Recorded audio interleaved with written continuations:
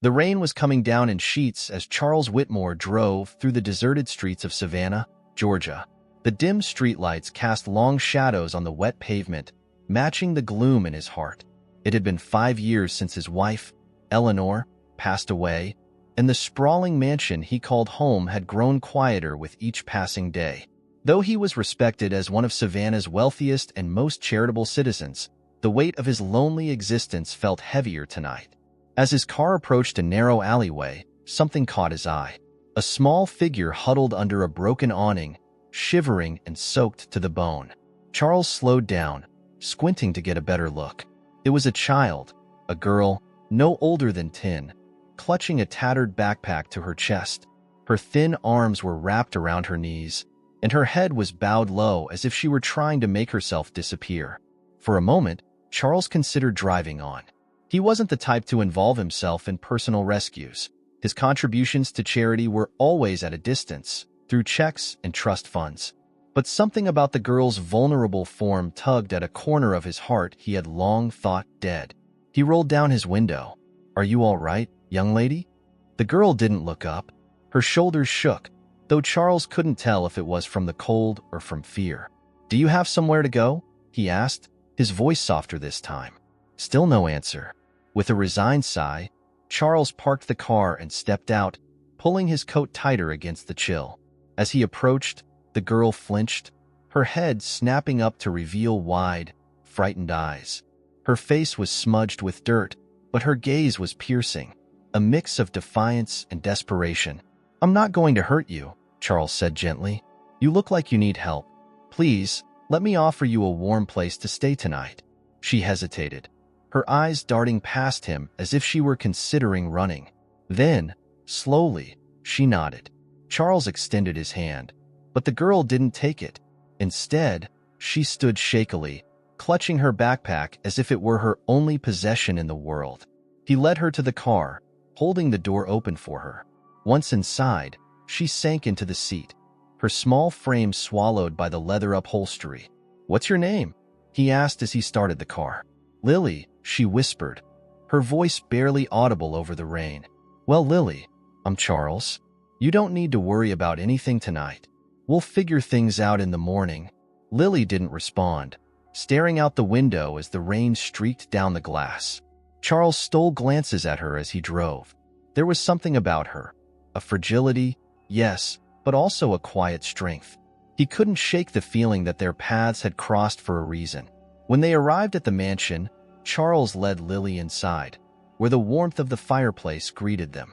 She looked around the grand foyer with wide eyes, her muddy shoes leaving faint prints on the polished marble floor. "You must be hungry," Charles said. "Let me get you something to eat." He disappeared into the kitchen, returning moments later with a bowl of soup and a plate of bread.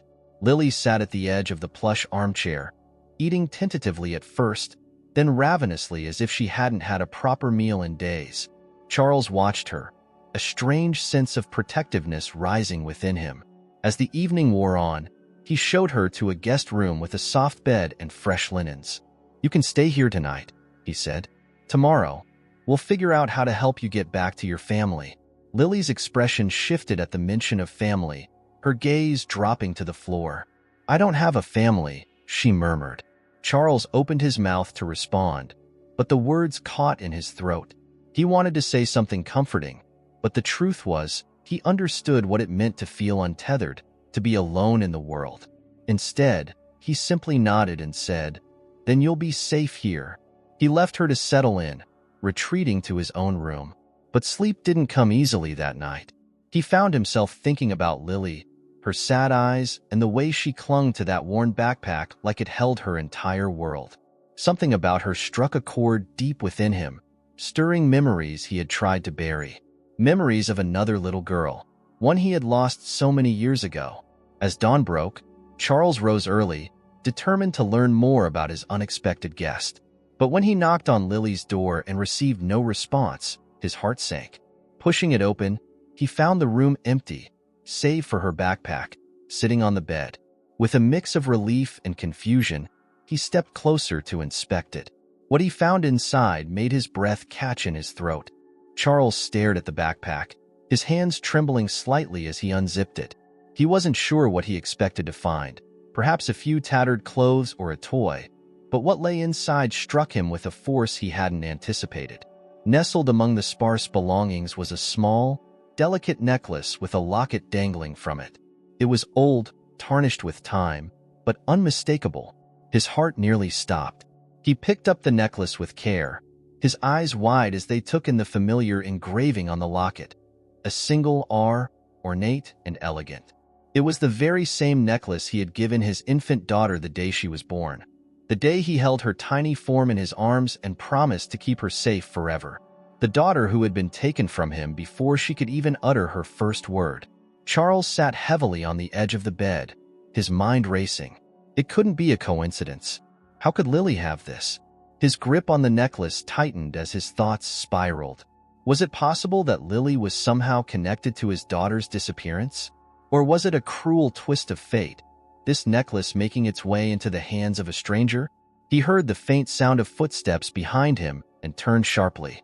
Lily stood in the doorway, her face pale and her body tense, as if she had been caught doing something wrong. Her wide eyes flicked to the necklace in his hand, and a flicker of recognition crossed her face. "Where did you get this?" Charles asked, his voice low but urgent. Lily hesitated, shifting on her feet. "It's mine," she said softly, but there was uncertainty in her tone, as if she wasn't entirely sure of the truth herself. "This necklace," Charles said, his voice trembling, "belonged to my daughter. She was taken from me a long time ago. How did you come to have it?" Lily's small hands fidgeted, and she looked down at the floor.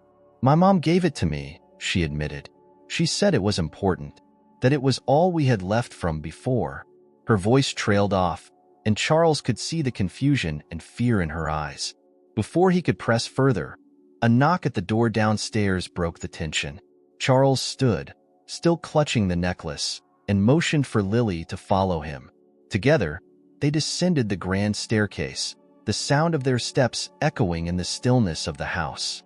When Charles opened the door, a young woman stood on the porch, soaked from the rain. Her hair was plastered to her face, and her clothes were worn and rumpled. She looked both frantic and relieved when she saw Lily behind him. "Mom!" Lily cried, rushing forward to wrap her arms around the woman. Charles stepped back, startled. This was Lily's mother? She looked barely old enough to be out of her teens. The woman clung to Lily tightly, tears streaming down her face as she murmured words of comfort. After a moment, she straightened and turned to Charles, her expression wary but grateful. "Thank you," she said, her voice raw. "Thank you for taking care of her. I didn't know if I'd ever see her again." Charles nodded, though his mind was spinning. He wanted answers, and he wasn't going to let this woman leave without getting them. "Please," he said, gesturing for her to come inside. "You must be cold. Let's sit down, and you can tell me how this happened." The woman hesitated but eventually stepped inside, holding tightly to Lily's hand. Charles led them to the sitting room, where the fire still crackled warmly in the hearth. Once they were seated, he leaned forward, his gaze fixed on the young mother. "I'm Charles Whitmore," he said, introducing himself. "And you are?" "Emily," she replied, her voice barely above a whisper. "Emily Carter." "Emily," Charles said, his tone steady but firm. "Your daughter was carrying something very important to me. This necklace." He held it up, and Emily's eyes widened. She looked at it as though it were something sacred. "I need to know how you came to have this," Charles continued. "Please. It's a matter of great importance to me." Emily swallowed hard, her grip on Lily tightening. She glanced at her daughter, as if weighing how much to say in front of her, then took a deep breath. "My mother gave it to me," she said finally, "a long time ago. She told me it belonged to someone special, someone who lost it. She said I should keep it safe, no matter what." Charles's heart pounded in his chest. "Your mother? Who was she? What did she tell you about this necklace?" Emily hesitated, her eyes filling with tears. "Her name was Margaret Carter. She worked as a nurse, a long time ago, in a hospital here in Savannah. She never talked about it much, but I think something happened there. Something that haunted her." Charles felt the room spin around him. Margaret Carter. That name was painfully familiar. She had been a nurse at the hospital where his daughter was born and where she had disappeared. "Emily," he said, his voice thick with emotion, "I think your mother knew something about my daughter's disappearance. Please, I need to know everything she told you." Emily wiped at her tears, nodding slowly. "She never told me much, just that there was a mistake. Something terrible happened. She always said it wasn't supposed to be this way. And she gave me the necklace, saying it belonged to a baby girl who was taken from her family. She made me promise I'd keep it safe." Charles's breath hitched. It was too much to process, yet it all felt so real. Margaret must have known. She must have carried the weight of that secret for years, unable to come forward. And now, through some twist of fate, her daughter and granddaughter had crossed his path. He looked at Lily, who was watching him with a mixture of curiosity and unease. There was so much left unanswered, but one thing was clear. This meeting was no coincidence. Charles sat back, clutching the necklace as though it were a lifeline. He didn't know where this journey would lead, but for the first time in decades, he felt a flicker of hope. Charles remained seated, his hands tightly gripping the necklace as though it might disappear if he let go. Across from him, Emily shifted uncomfortably in her chair, her fingers running through Lily's hair in a soothing motion. The room was thick with unspoken tension, questions swirling between them like an unrelenting storm. The fire crackled in the background, the only sound in the heavy silence. "Emily," Charles began carefully, his voice softer now but no less insistent. "Do you know what happened to the child this necklace belonged to? Did your mother ever say what became of her?" Emily shook her head, her brow furrowed. "No, she was always so vague about it. She'd talk about a baby being taken, about how it haunted her, but she never gave me details. I was just a kid, and I didn't understand why it upset her so much. She'd cry sometimes when she looked at the necklace, but she wouldn't explain why." Charles nodded slowly, trying to piece together the fragments of the story. His mind kept drifting back to that awful day. The frantic nurses, the police, the fruitless search. His daughter had vanished without a trace, leaving behind only heartbreak and unanswered questions. And now, after all these years, a clue had fallen into his lap, carried by a child who seemed to embody the very spirit of resilience. "What about you, Lily?" Charles asked gently, turning his attention to the girl. "Do you know anything about this necklace? Did your mom ever tell you a story about it?" Lily looked up at her mother, seeking permission to speak.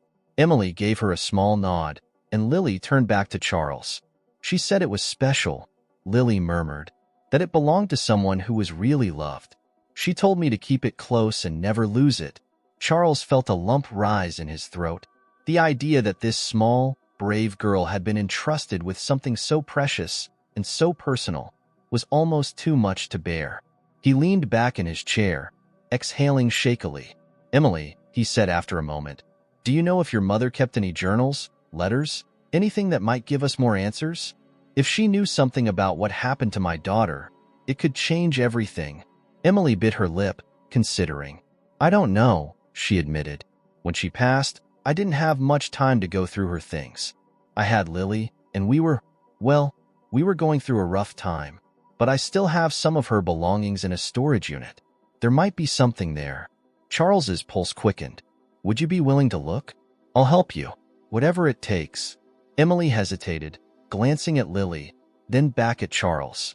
"Why does this matter so much to you?" she asked, her voice tinged with cautious curiosity. "I mean, I know the necklace is important, but why now?"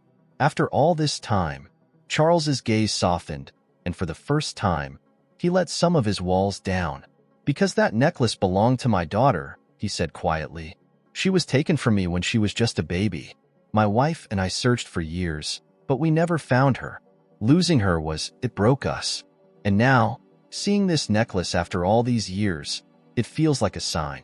Like maybe, somehow, there's still hope." Emily's expression shifted, her eyes filling with sympathy and something else. Guilt, perhaps? She reached for Lily's hand, squeezing it tightly. "I'll help you," she said firmly. "If there's anything in my mom's things that can give you answers, we'll find it." Charles felt a wave of gratitude wash over him, though it was tempered by the weight of what lay ahead. He didn't know what they would uncover, but he knew he couldn't face another dead end. Not now. Not when the possibility of finding his daughter felt closer than ever. The next morning, Emily and Lily accompanied Charles to the storage facility on the outskirts of town. The place was unremarkable. Rows of metal units lined up under a gray, overcast sky. But to Charles, it felt like the gateway to a past he had both dreaded and longed to confront. Emily unlocked the door to a small unit, revealing a haphazard collection of boxes, furniture, and personal belongings. Dust motes danced in the faint light as she and Charles began sorting through the piles. Lily sat nearby, playing quietly with a stuffed bear she'd retrieved from one of the boxes. For hours, they sifted through faded photographs, old clothes, and forgotten trinkets. Charles's heart sank as the minutes ticked by with no sign of anything significant. But just as he was beginning to lose hope, Emily let out a soft gasp. "Here," she said, holding up a worn leather-bound journal. "This was my mom's. I remember seeing her write in it all the time." Charles took the journal with trembling hands, flipping it open to the first page. The handwriting was neat and deliberate, the words carefully chosen. As he scanned the entries, he saw nothing at first but the mundane details of Margaret Carter's life.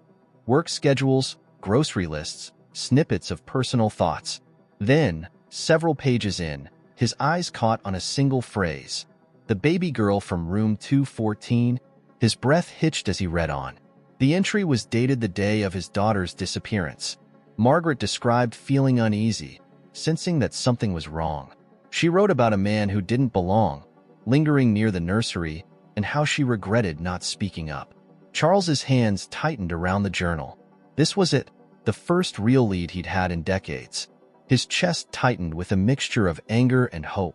If Margaret had noticed something, if she had kept any other clues, this journal might hold the answers he needed.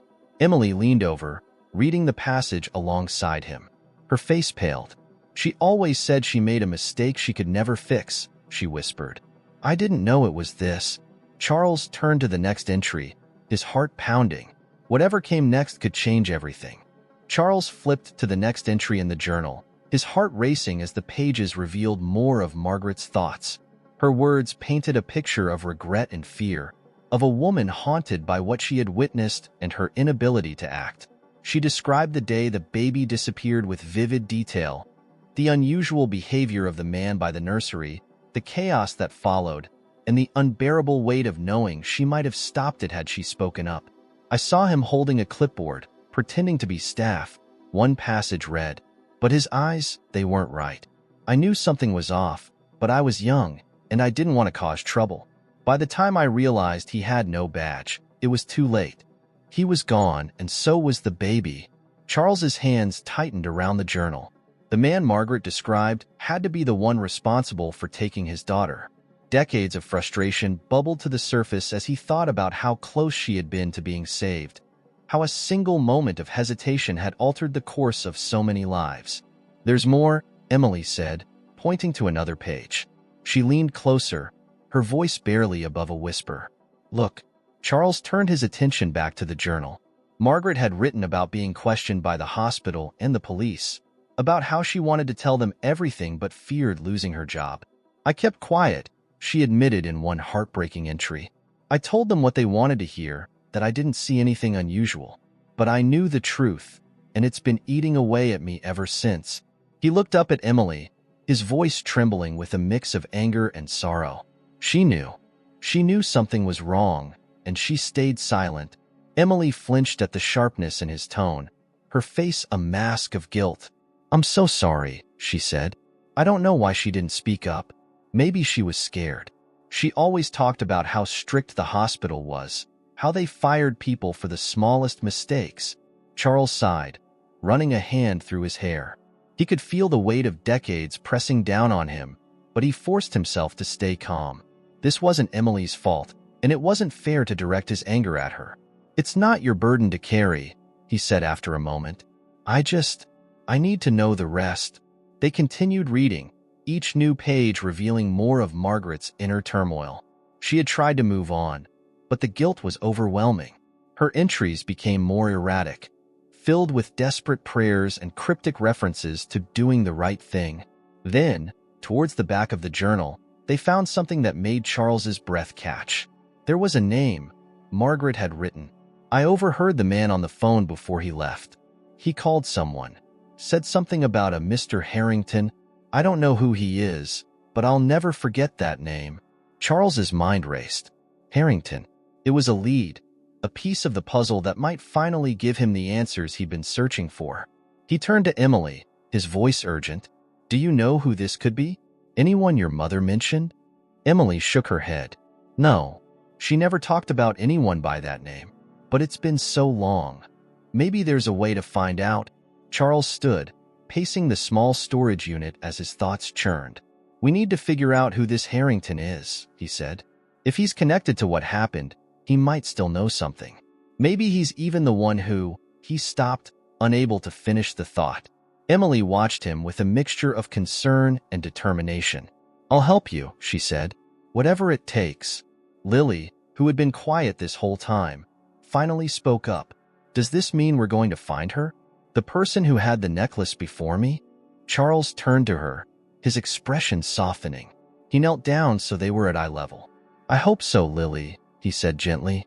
"I don't know what we'll find, but we have to try." Over the next few days, Charles poured his energy into tracking down the mysterious Mr. Harrington. With Emily's help, they combed through public records, old hospital employee lists, and any other documents they could access. It was a painstaking process, but Charles refused to give up. Every piece of information brought them closer to the truth. Finally, a breakthrough came in the form of an article buried deep in the archives of a local newspaper. The headline was unassuming: "Local businessman expands philanthropic efforts," but the accompanying photo caught Charles's eye. It was a man in his 60s, sharply dressed and exuding an air of authority.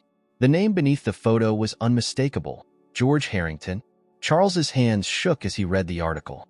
Harrington had been a prominent figure in Savannah for decades, known for his charitable work and extensive connections.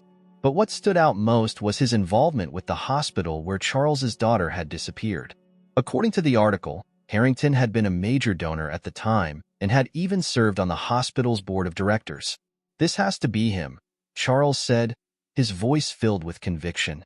"He was there. He must have known something." Emily leaned over his shoulder, reading the article with wide eyes. "If he's still in Savannah, maybe we can talk to him. Find out what he knows." Charles nodded, his jaw set with determination. For the first time in years, he felt a glimmer of hope, a real chance to uncover the truth and find out what had happened to his daughter.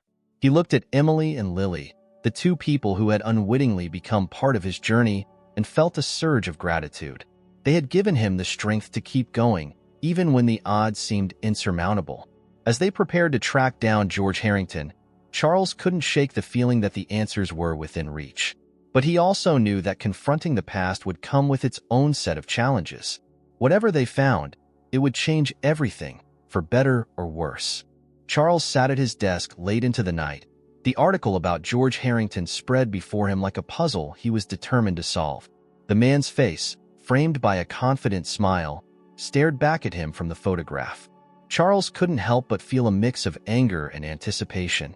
If Harrington had been involved, or even just knew something, this could be the break he'd been waiting for. The next morning, Charles, Emily, and Lily set out to find Harrington. Through some quick inquiries and a few favors from old connections, Charles discovered that George Harrington still lived in Savannah, in an estate not far from the city center. It was an imposing property, much like Charles's own, but it exuded a colder aura. They decided to visit unannounced, despite Emily's nervous objections. "What if he refuses to talk to us?" Emily asked as they pulled up to the large iron gates. "Then we'll make him," Charles said firmly, his voice carrying a determination that left no room for argument. The gatekeeper reluctantly let them in after Charles introduced himself, and soon they were standing at Harrington's grand front door. A butler answered, looking skeptical as Charles introduced himself once more and explained that they needed to speak with George Harrington about a matter of great importance. Moments later, the man himself appeared. George Harrington was older now than in the photo, his hair entirely silver, but his presence was no less commanding. He looked at Charles with a polite but wary expression. "Mr. Whitmore," Harrington said, his tone cordial but cautious. "To what do I owe the pleasure?" Charles wasted no time. "Mr. Harrington, I believe you might have information about an incident that occurred many years ago at the hospital here in Savannah. A child was taken, and I think you were involved, or at the very least, you know who was." Harrington's expression didn't falter, but his grip on the doorframe tightened almost imperceptibly. "I'm not sure I understand what you're implying," he said, "but I assure you, I have no idea what you're talking about." Emily stepped forward, her voice steady despite her evident nerves. "My mother worked at that hospital," she said. "She mentioned your name in connection with what happened. Please, we just need answers. This man's daughter was taken. If you know anything at all, you have to tell us." Harrington glanced at her, then at Lily, who stood clutching her mother's hand. His gaze softened slightly, but he quickly masked whatever emotion had flickered across his face. "I'm sorry for your loss, Mr. Whitmore," he said, his tone clipped, "but I don't see how I can help you. Now, if you'll excuse me." "No," Charles said sharply, stepping forward. "You're lying. I can see it. You were there, Harrington. You were on the board of that hospital. My daughter disappeared, and Margaret Carter, the nurse who saw what happened, remembered your name. I'm not leaving until you tell me the truth." Harrington stiffened, his composure cracking for the first time. He looked over his shoulder, as though weighing whether to call for security, but then he sighed and gestured for them to come inside. "I don't know how much I can tell you," he said as they entered his ornate sitting room, "but I'll do my best." Charles sat on the edge of his seat, his hands clasped tightly together. "Start with what you know," he said. Harrington hesitated, his gaze fixed on the floor. "There was a situation," he began slowly. "I wasn't directly involved, but I was aware that something had happened. The hospital was in chaos after the baby disappeared.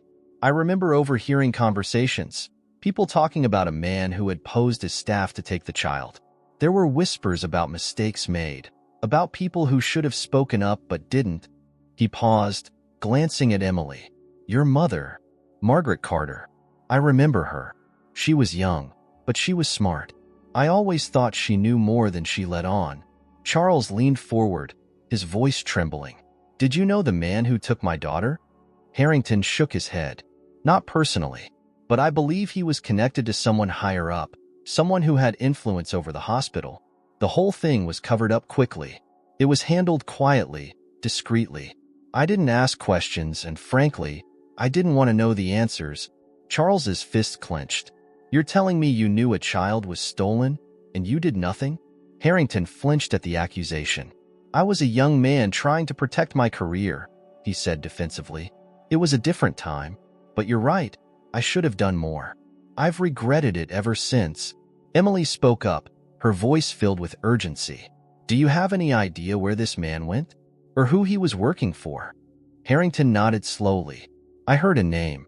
It was never confirmed, but the man was referred to as Klein. Whether that was his first name, his last name, or an alias, I don't know. But I remember it distinctly." Charles felt a surge of hope. It wasn't much, but it was something. Another piece of the puzzle that could bring him closer to the truth. "Klein," he repeated. "Do you know anything else about him? Where he might have gone?" Harrington shook his head. "No, but if you're serious about finding answers, there's someone else you should speak to. Dr. Alan Norris. He was the chief of staff at the hospital back then. If anyone knows more, it's him." Charles stood, his resolve solidifying. "Where can I find him?" "He still lives in Savannah," Harrington said. "Retired years ago, but he's well known in the community. He might be able to give you the information you need." As they left Harrington's estate, Charles felt a renewed sense of purpose. They had a name now, Klein, and a lead in Dr. Norris. For the first time, the pieces were starting to come together, and the hope of finding his daughter no longer felt like a distant dream. The road ahead was uncertain, but Charles knew one thing for sure. He would not stop until he uncovered the truth. Charles wasted no time in pursuing the next lead. Armed with the name of Dr. Alan Norris, he spent the following morning making calls, leveraging his network of connections until he located the retired doctor's residence. Dr. Norris lived in a modest brick home on the outskirts of Savannah, a far cry from the opulent estate Charles had just left behind. The quiet simplicity of the neighborhood did nothing to calm Charles's racing thoughts as he pulled up to the house with Emily and Lily by his side.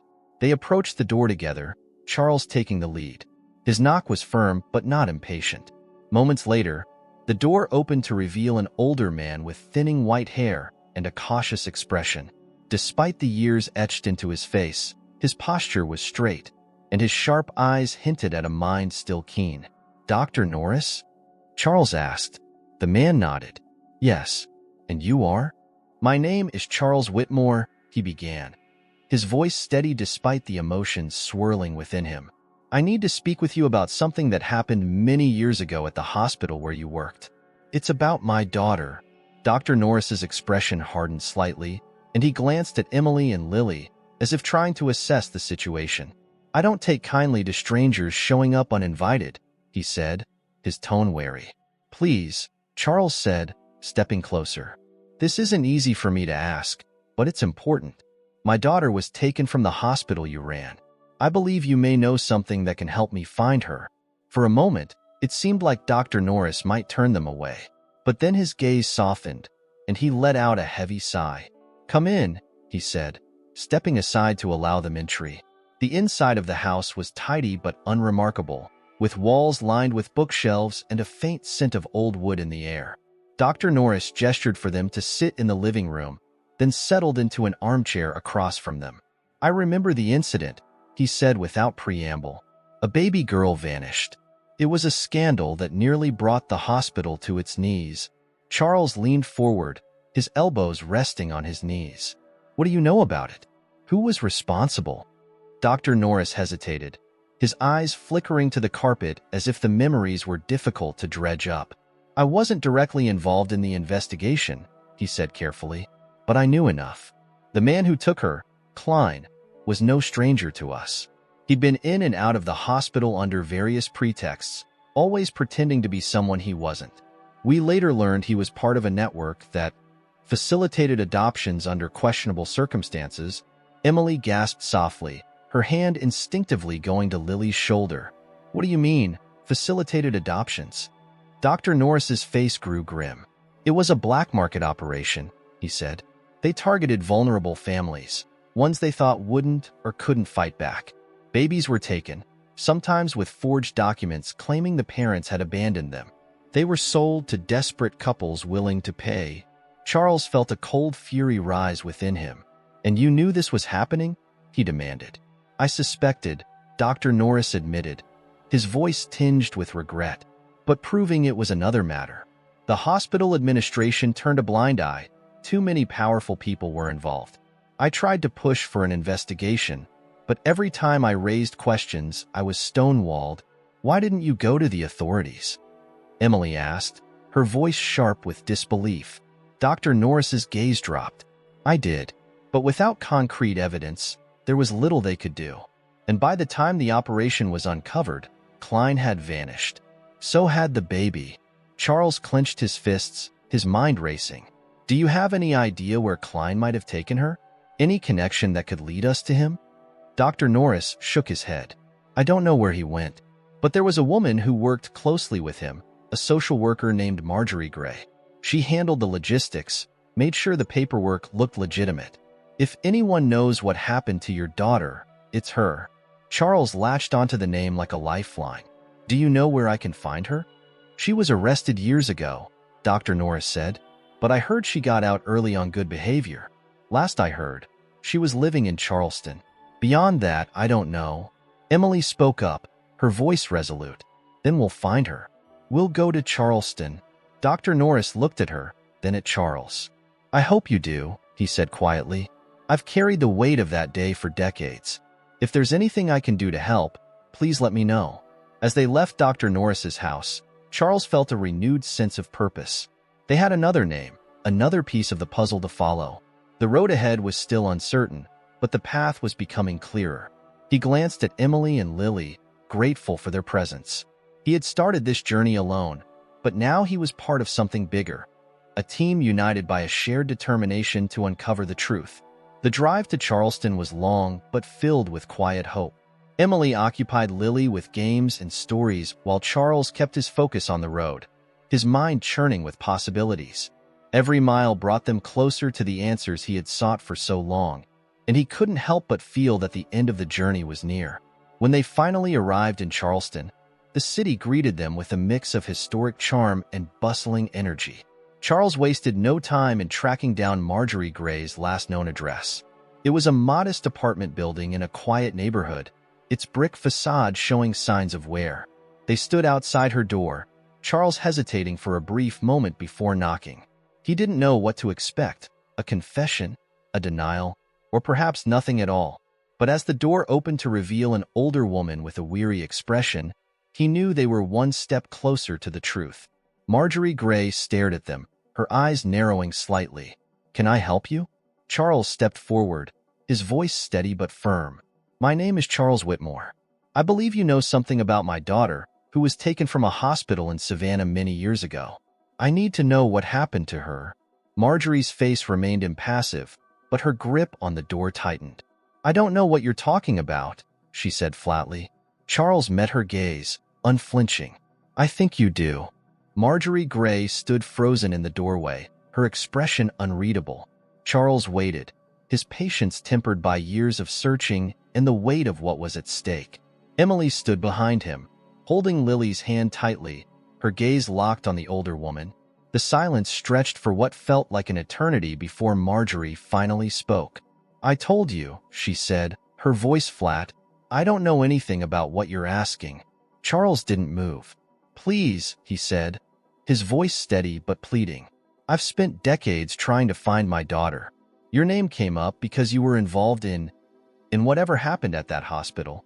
If you have any humanity left, I'm begging you to help us."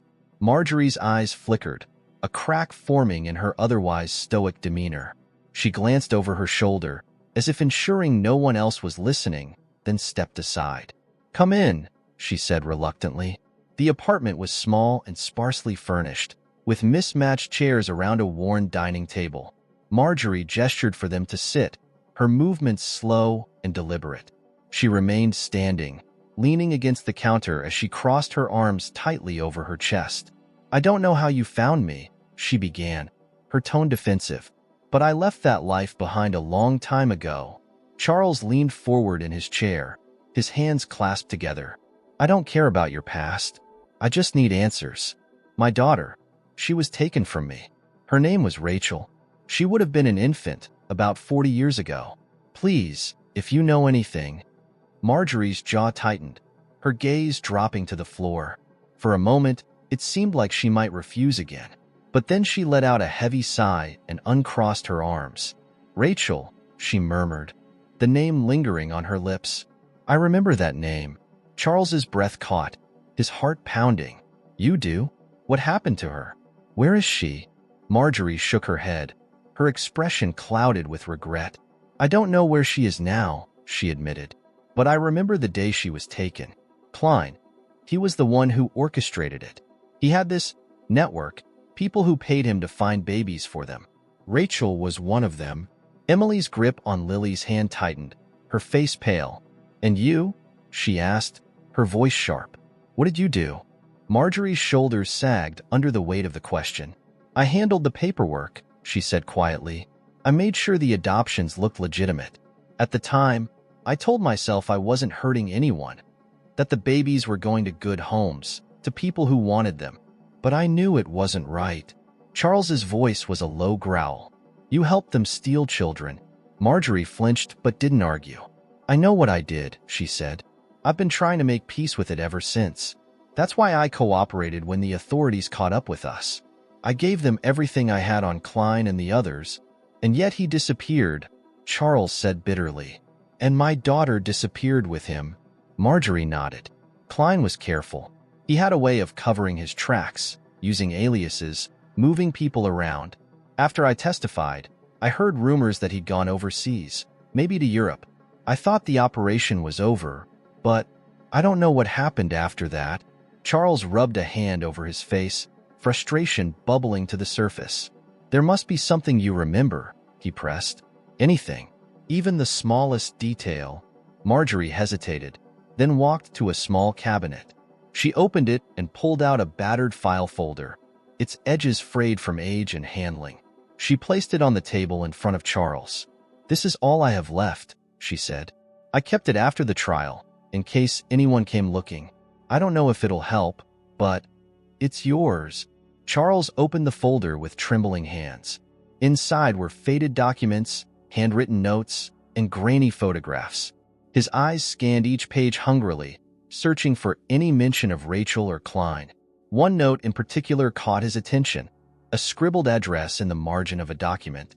It was unfamiliar, but the handwriting was precise. What's this? He asked, pointing to the address. Marjorie leaned over to look. That was one of Klein's properties, she said.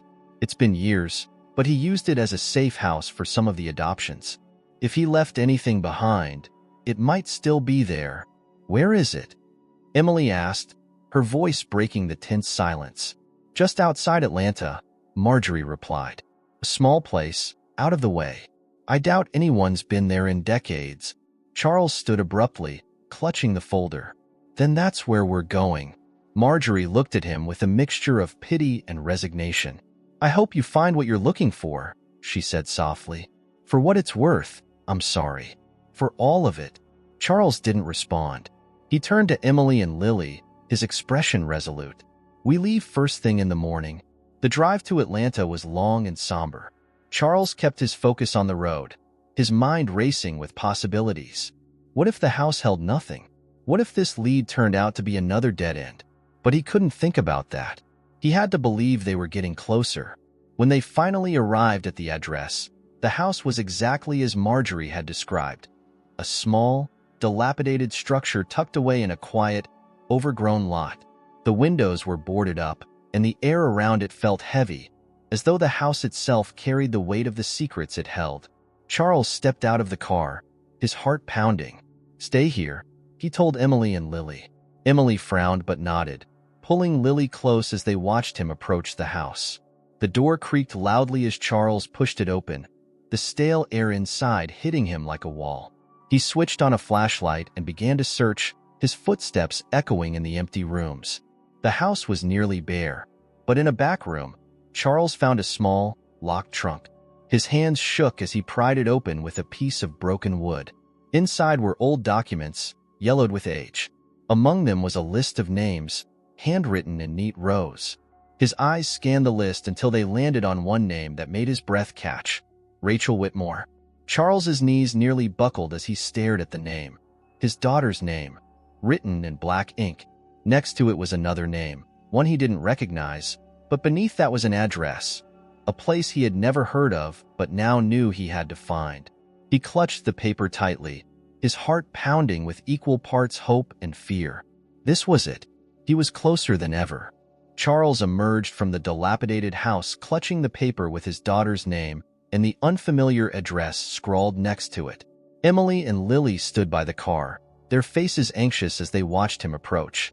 He held up the paper, his hand trembling, his eyes glistening with the first signs of hope he had dared to feel in years. I found something, he said, his voice unsteady. Her name, Rachel Whitmore. It's here, along with this address. Emily stepped closer, peering at the paper. Where is it? North Carolina, Charles replied, his voice gaining strength as he spoke. It's not far. We can drive there today. Emily hesitated, glancing at Lily, who was beginning to fidget. Are you sure we shouldn't stop and plan?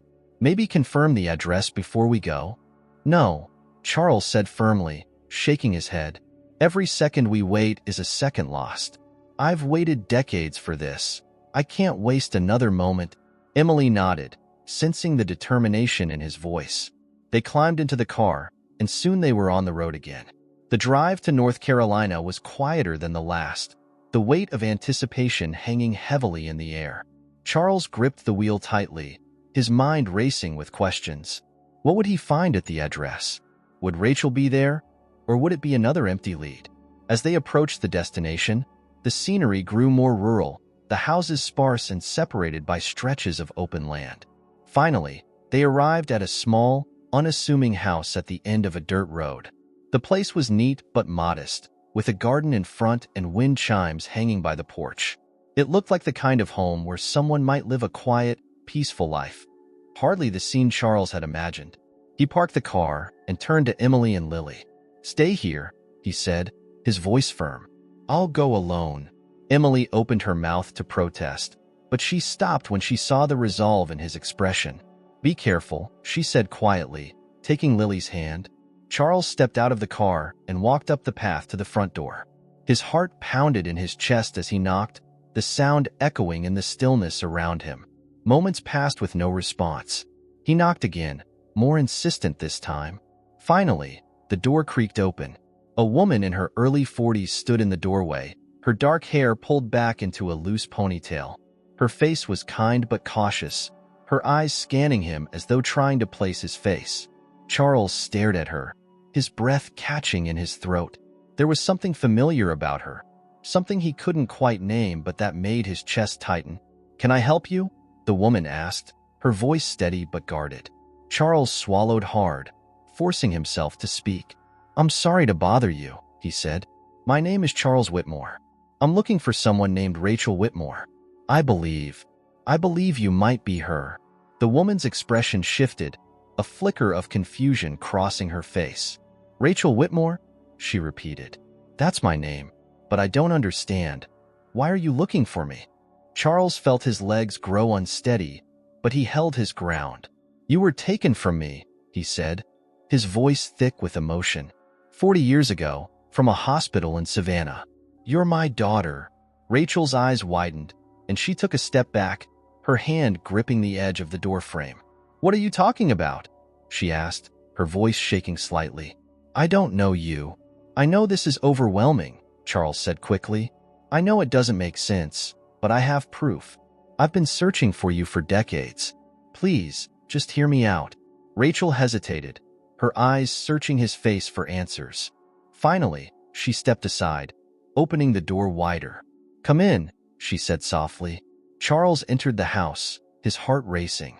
The living room was warm and inviting, with framed photographs lining the walls and a faint scent of lavender in the air. He noticed a photo on a nearby shelf, a younger Rachel holding a toddler, and his heart clenched.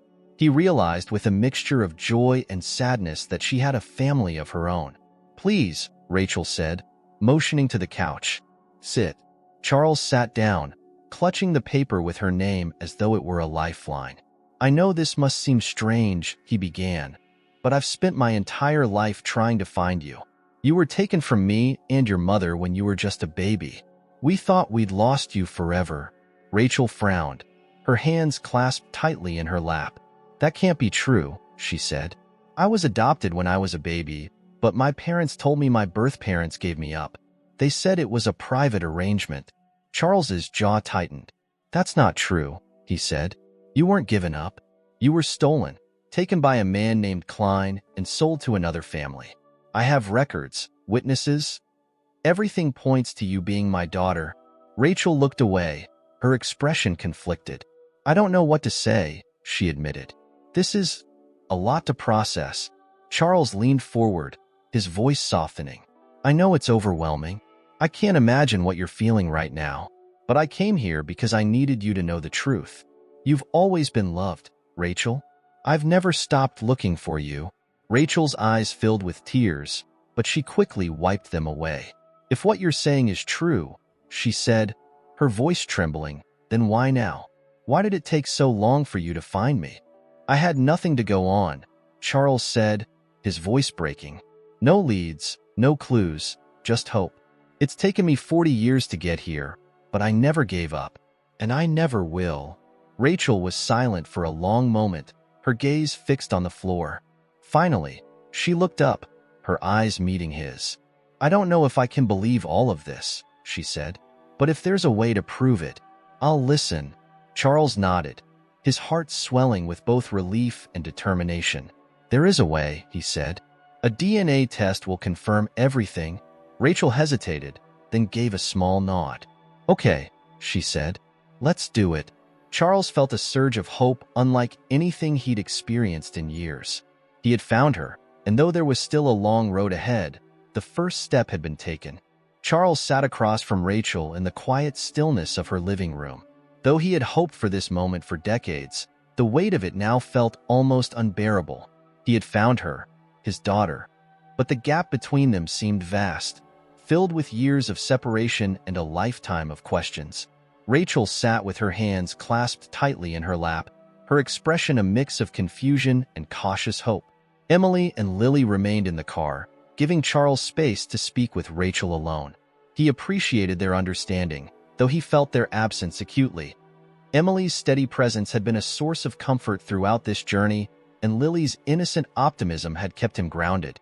Now, he felt exposed, as if everything he had held onto for so long was on the line.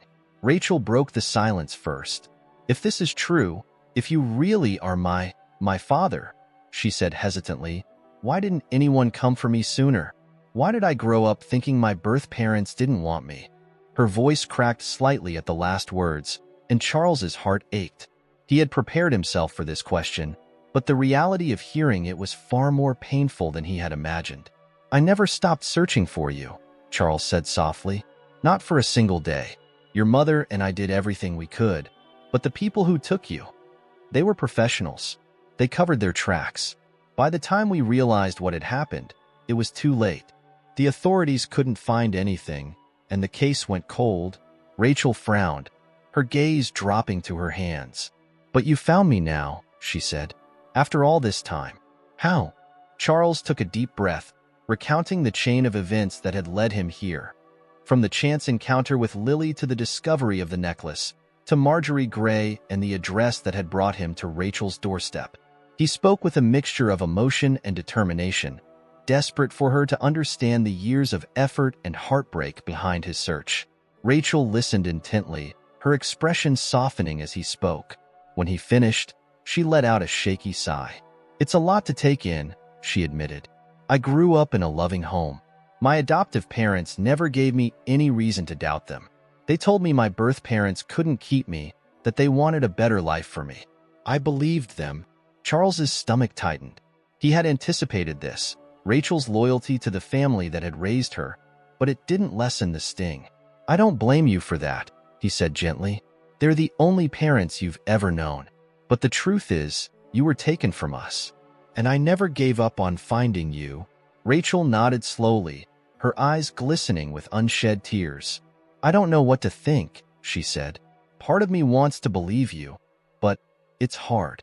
My entire life has been built on a story that might not even be true. That's why I suggested the DNA test," Charles said. "It's the only way to be certain. I don't want to disrupt your life or take anything away from you. I just want you to know the truth, whatever it may be." Rachel looked at him for a long moment, then nodded.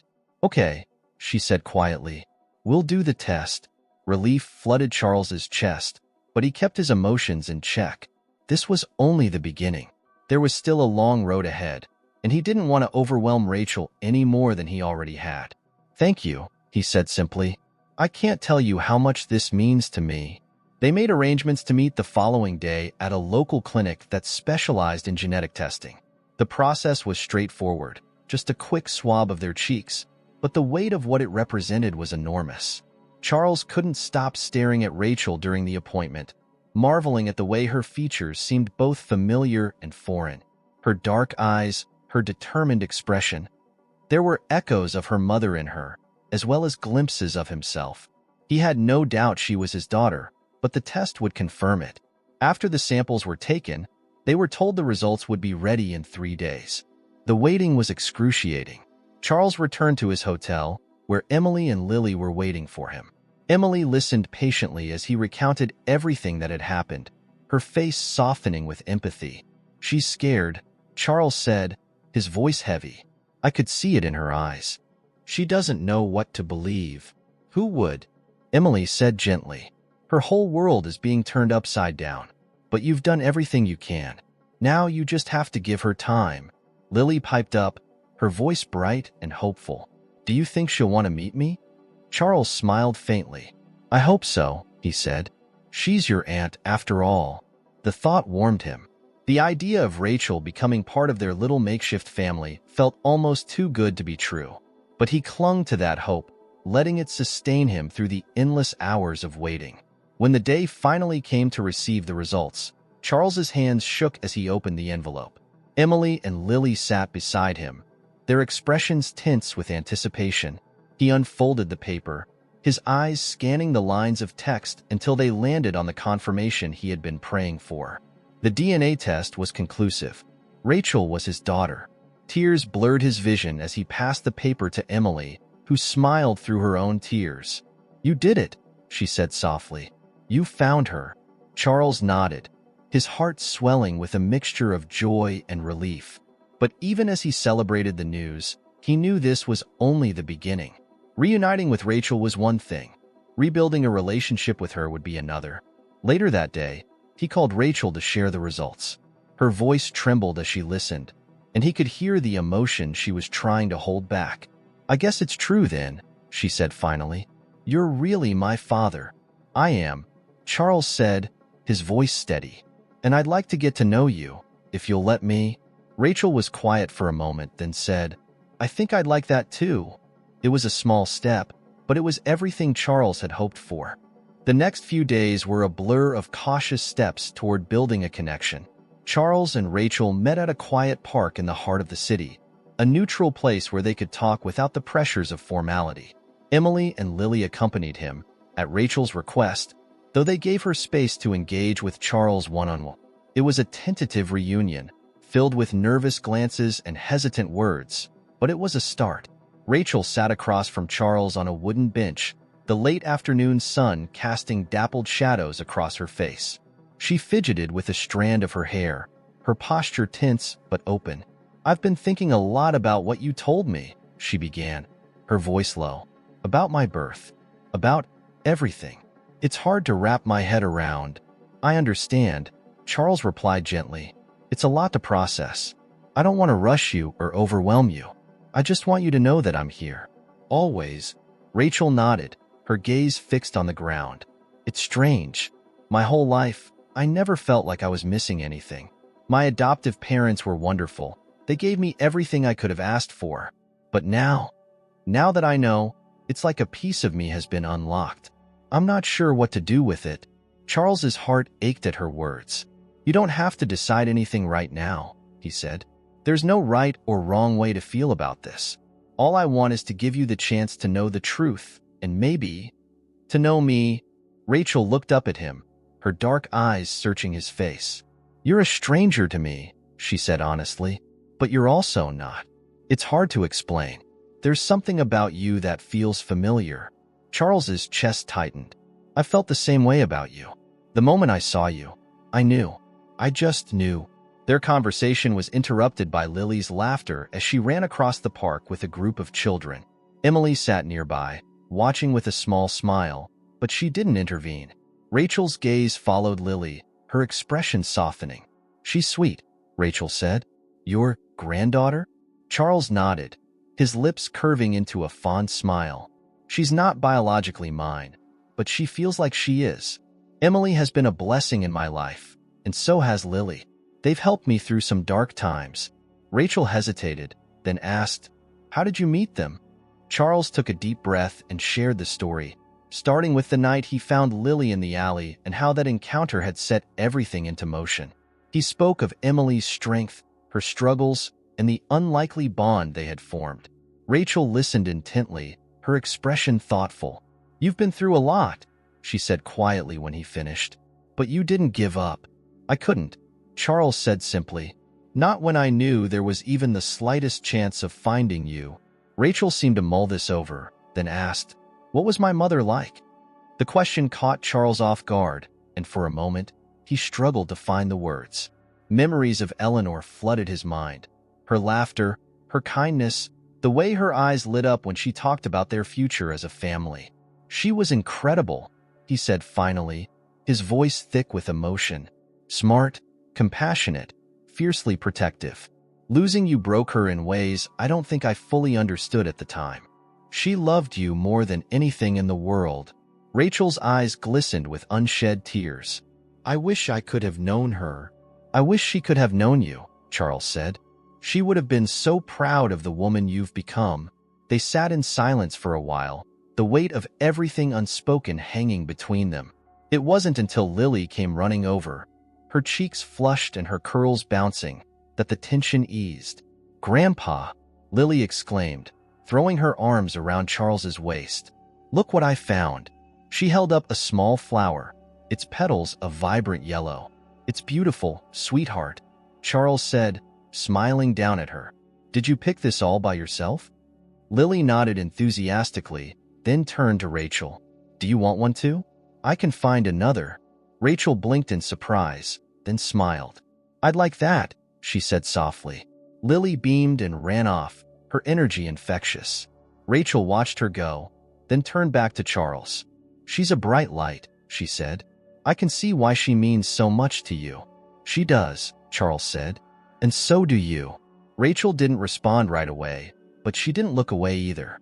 Her gaze held his, and in that moment, something shifted.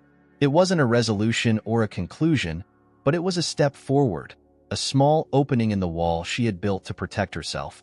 As the sun dipped lower in the sky, casting a warm golden glow over the park, Rachel finally spoke. "I'd like to meet Emily and Lily properly," she said. "If that's okay." Charles's heart swelled with hope. "Of course," he said. "They'd love to meet you." Emily and Lily joined them on the bench, and the conversation flowed more easily than Charles had expected.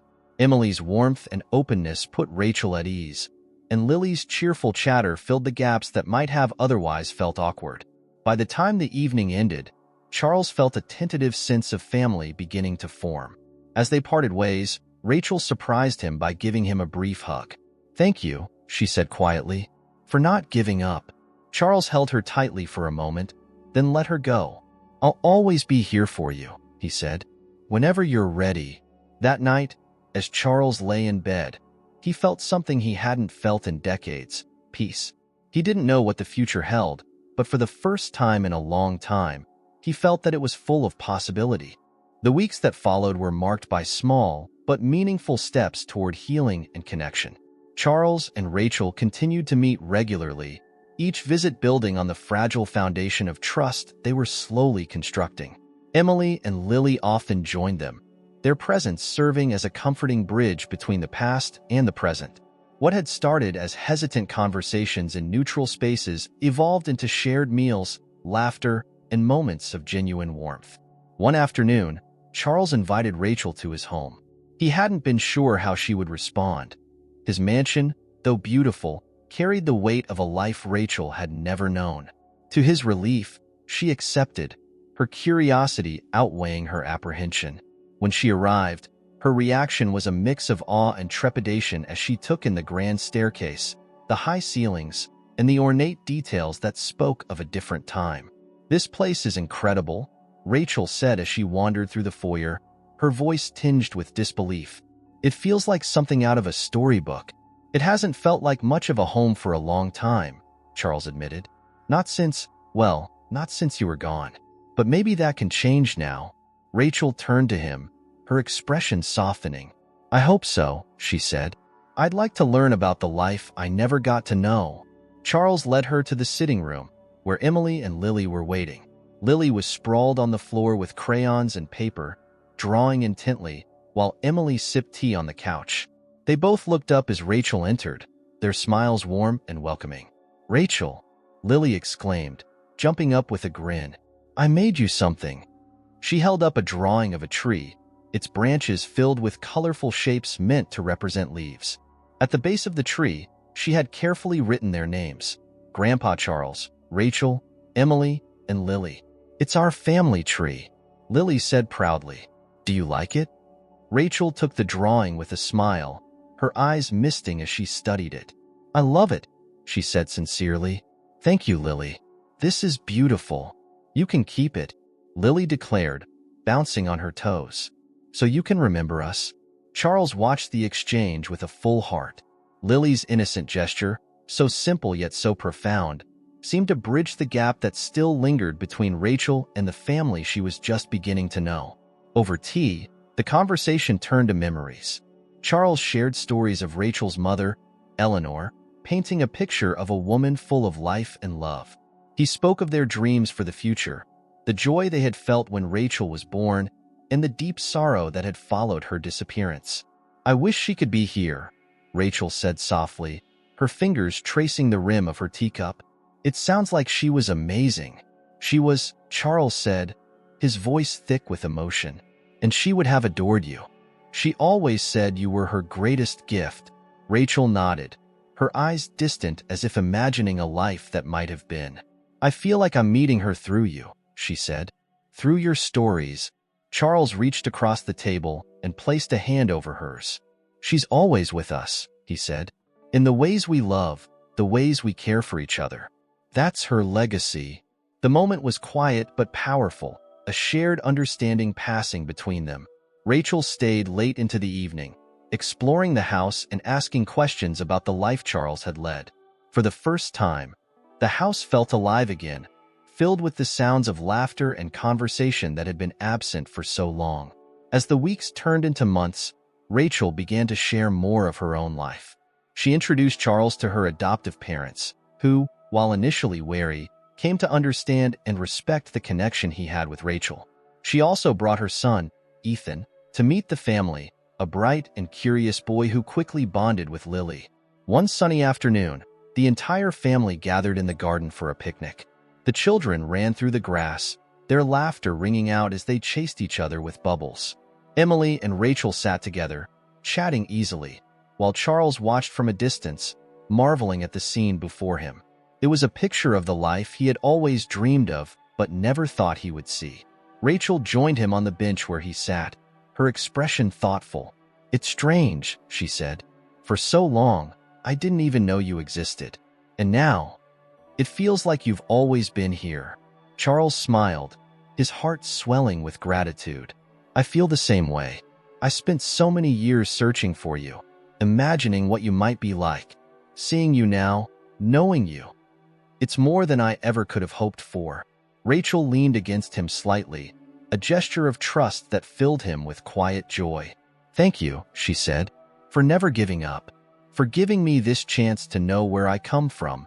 "It's all I've ever wanted," Charles said, "to see you happy, to be a part of your life." As the sun dipped lower in the sky, casting a golden glow over the garden, Charles felt a sense of peace settle over him. The years of pain and longing hadn't disappeared, but they no longer defined him. He had found his daughter, and with her, he had found a renewed sense of purpose, of family, of love. The sound of Lily and Ethan calling for Rachel interrupted the moment, and she rose with a laugh, heading off to join the children. Charles watched her go, his heart full. He knew the journey wasn't over. There would be challenges, moments of doubt, and the ongoing work of building a deeper connection. But for the first time in decades, he felt whole. As the family gathered together to watch the sunset, Charles realized something profound. This was his legacy, not the wealth or the mansion, but the love that had brought them all together. It was a new beginning, one filled with hope and the promise of brighter days ahead. And for the first time in a very long time, Charles Whitmore felt truly at home.